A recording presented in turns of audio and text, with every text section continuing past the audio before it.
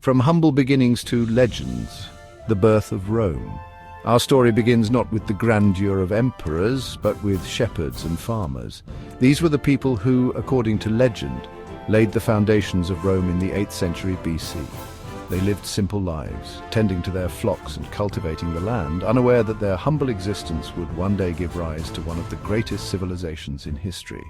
These early Romans were deeply connected to the land, their lives intertwined with the rhythms of nature. The fertile plains and rolling hills of the Italian peninsula provided the resources they needed to survive and thrive. It was in this environment that the seeds of Rome were sown, nurtured by the hard work and determination of its earliest inhabitants. One such legend speaks of Romulus and Remus, twin brothers abandoned by the Tiber River and raised by a she-wolf. This myth, steeped in mystery and intrigue, symbolizes the resilience and strength that would come to define the Roman spirit. The story of Romulus and Remus is not just a tale of survival, but a testament to the enduring power of destiny and the unbreakable bond of brotherhood. Romulus, destined to be Rome's first king, eventually killed Remus, marking a history marred by violence and ambition. This act of fratricide, though tragic, set the stage for the rise of a city that would be built on both conflict and cooperation. The story of Romulus and Remus serves as a reminder that the path to greatness is often fraught with challenges and sacrifices. These early Romans, inhabiting a small settlement on the Italian peninsula, were hardly masters of a vast empire. They were a community of farmers and warriors, bound together by a shared sense of purpose and a vision of a better future. Despite their modest beginnings, they possessed an indomitable spirit and an unwavering determination to carve out a place for themselves in the world.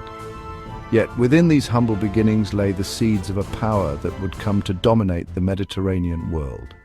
The early Romans were not content to remain a small, isolated community.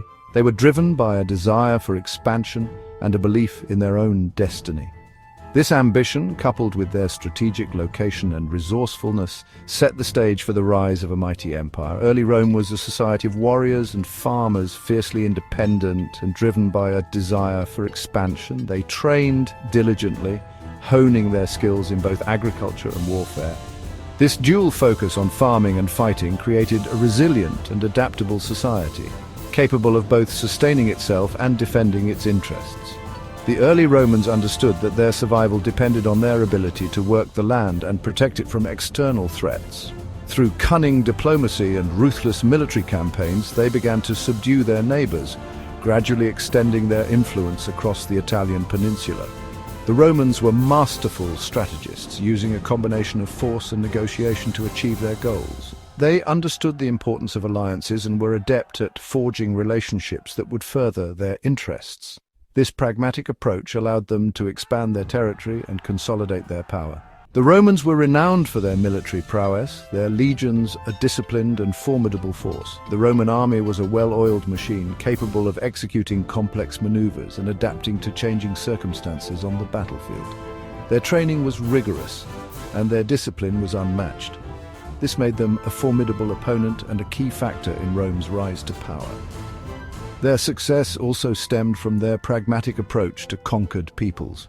Rather than resorting to wholesale slaughter, they often offered conquered populations a choice: submit to Roman rule and pay taxes, or face destruction. This policy of integration allowed the Romans to incorporate diverse cultures and peoples into their empire, creating a sense of unity and shared purpose.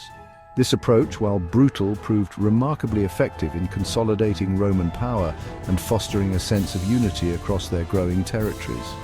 The Romans were able to maintain control over vast regions by offering a degree of autonomy to local leaders, while still demanding loyalty and tribute.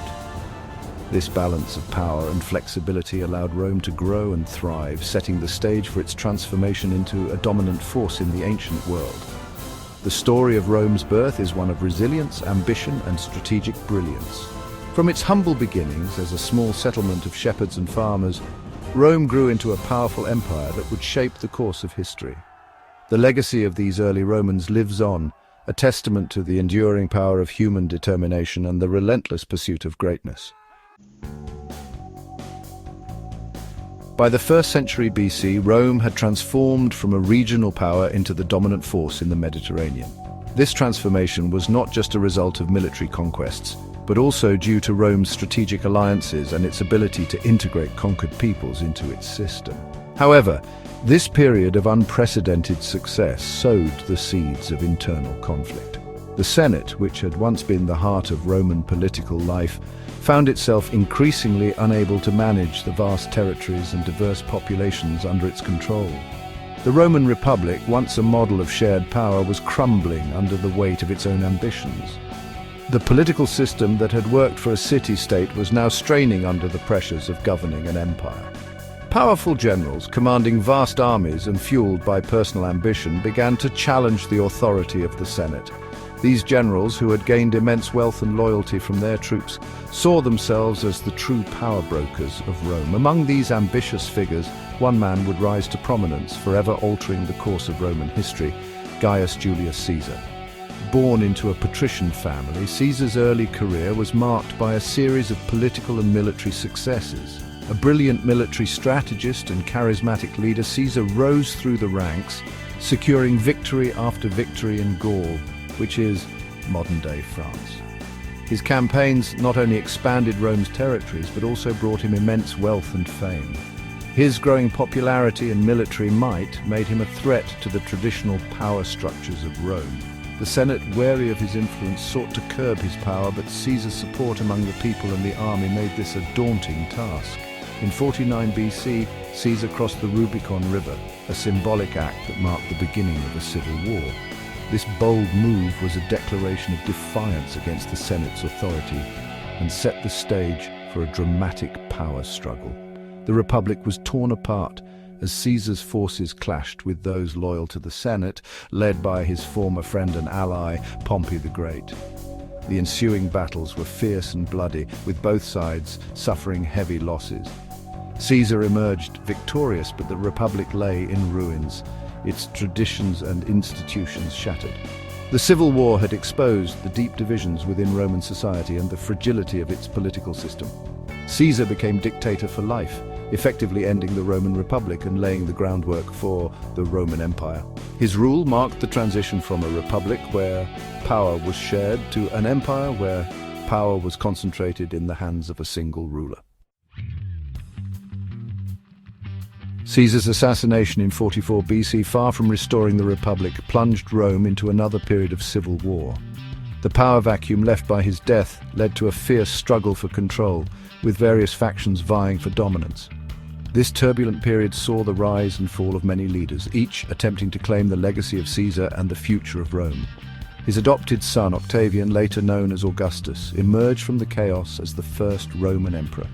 Augustus was not just a military leader, but also a master of political strategy. He skillfully navigated the treacherous waters of Roman politics, outmaneuvering his rivals and consolidating his power. Augustus, a shrewd politician and ruthless ruler, consolidated his power and ushered in a period of unprecedented peace and prosperity known as the Pax Romana. This era of relative stability allowed for significant advancements in architecture, culture, and governance. The construction of monumental structures like the Colosseum and the establishment of a professional civil service were hallmarks of his reign. Under Augustus and his successors, the Roman Empire reached its zenith, stretching from the British Isles in the north to North Africa in the south. This vast territory was a testament to the military prowess and administrative efficiency of the Roman state. From Spain in the west to Syria in the east, the empire's borders encompassed a diverse array of landscapes and cultures.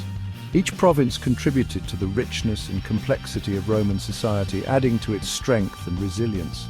This vast empire encompassed a staggering diversity of peoples and cultures, all brought under the umbrella of Roman rule. The integration of these varied groups was facilitated by a network of roads and communication systems that connected even the most distant provinces to the heart of Rome. Roman legions, renowned for their discipline and efficiency, crushed rebellions and expanded the empire's frontiers. These legions were not just instruments of conquest, but also of control, maintaining order and stability across the vast territories. One of the most notable emperors of this era was Trajan, who reigned from 98 to 117 AD. Trajan was celebrated not only for his military conquest, but also for his contributions to Roman infrastructure and public welfare. A skilled military commander, Trajan oversaw the largest military expansion in Roman history, conquering Dacia, which is modern-day Romania.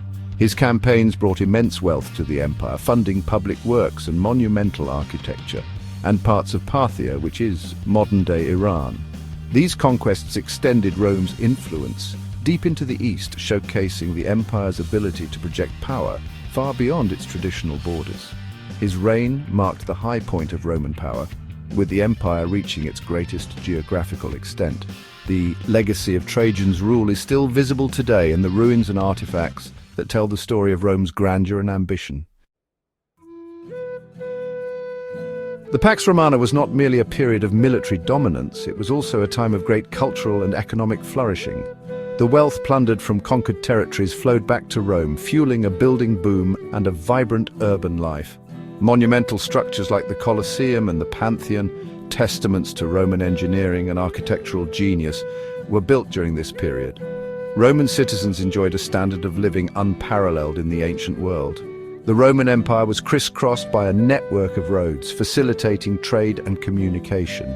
A complex system of aqueducts brought fresh water to Roman cities, enabling the construction of public baths and sanitation systems that were centuries ahead of their time.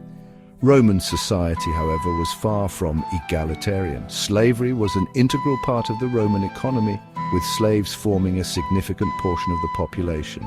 While Roman citizens enjoyed certain rights and privileges, life for the average person was often harsh and unforgiving. Even at the height of its power, the seeds of Rome's decline were being sown. The very factors that had contributed to Rome's rise, military expansion, wealth, and a centralized government, had also contained within them the potential for its downfall. The constant influx of wealth from conquered territories, while enriching the Roman elite, also led to widespread corruption and a decline in traditional Roman values. The Roman elite, accustomed to luxury and extravagance, became increasingly detached from the concerns of the common people. Political power became concentrated in the hands of a few, with emperors often ruling more like tyrants than elected officials. The vast size of the empire, once a source of strength, became increasingly difficult to manage. Maintaining order across such a vast and diverse territory required a large and expensive military, placing a strain on the Roman economy. Communication between Rome and its distant provinces was slow and often unreliable, making it difficult to respond effectively to crises.